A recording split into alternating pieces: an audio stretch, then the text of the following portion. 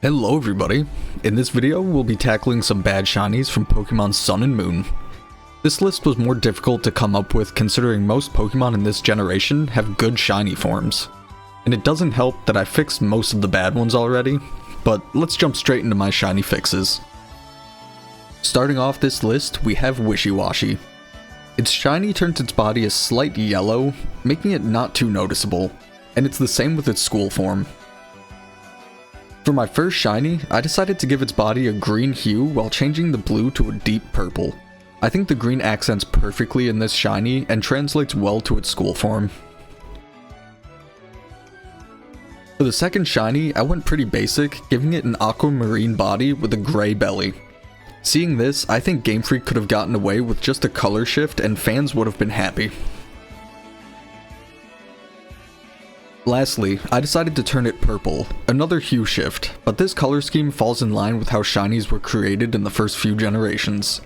This shiny, in my opinion, is the one we should have gotten. And here are my shiny Wishy-Washy together. Next up on my list, I decided to pick Comfey. Its shiny isn't horrible, but the flowers it's holding don't change and its main body turns blue. It just feels like a missed opportunity. For my first shiny, I thought we should keep its normal shiny colors the same while changing the flowers to a more pastel theme. These colors just worked so well together and proved my point that a flower change is all that was missing. The second shiny I made turned its body purple while making its face yellow with blue accents. Honestly, a great color combination, but the flowers changing really helped make this shiny pop. Lastly, I flipped around the colors on its body while changing the flowers to a shades of purple and orange. The body on this shiny really stands out, and the flowers help pull it all together. Game Freak really could have done something cool with this Pokemon. Here are my shiny Comfey together. For my third Pokemon, I chose Pyukumuku. Again, its shiny isn't the worst, turning its body green with its spines turning yellow. The colors work great, but I feel it doesn't exactly work well with this Pokemon. The first shiny I made, I decided to turn its body teal while giving it blue accents. This fits more in line with its aquatic nature and overall feels more fitting of the design. For my second shiny, I tried to make its normal shiny colors work, but instead flipping them, turning its body yellow with green accents. It isn't horrible, but it just reinforces my thinking that these colors don't work. Lastly, I decided to flip its normal colors, making its body hot pink with dark gray accents. I'm honestly surprised with how good this looks, and I wouldn't have been upset if this was its actual shiny. Here are my shiny Pyukumuku together. Next up, I went for Cosmog. The only thing that changes are its cheeks, going from blue to red. Honestly, the worst shiny in Sun and Moon simply because it doesn't change.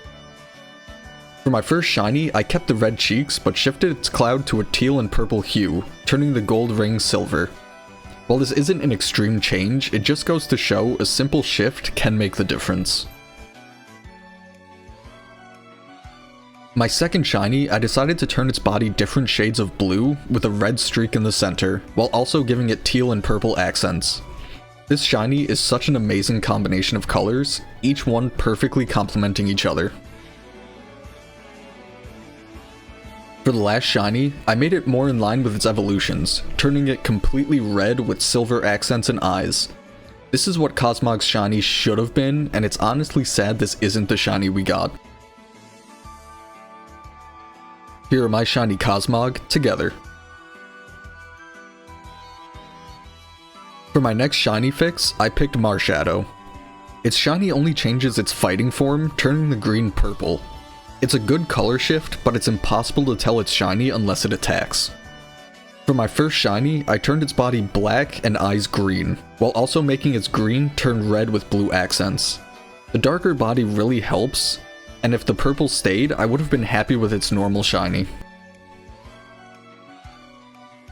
For the second shiny, I leaned into the ghost origins, turning its body white while making its hood black. I kept the green from its normal form, but added light blue accents to the tips. I like this shiny, and it works well with Marshadow. Lastly, I kind of fused my previous shiny forms together. I gave Marshadow a black body, but turned its hood purple, and the fighting form I made the green darker with pink accents. This, in my opinion, is the shiny we should have gotten, keeping its ghostly origins intact while giving it a splash of color. Here are my shiny Marshadow together. The last Pokemon in this video is KOMMO-O. Its body turns yellow while its scales turn pink. The colors are alright, but it just hurts my eyes to look at. So for my first shiny, it changes its body to a light brown and the scales to a sky blue with red accents. This shiny is nice and the colors don't clash or hurt your eyes.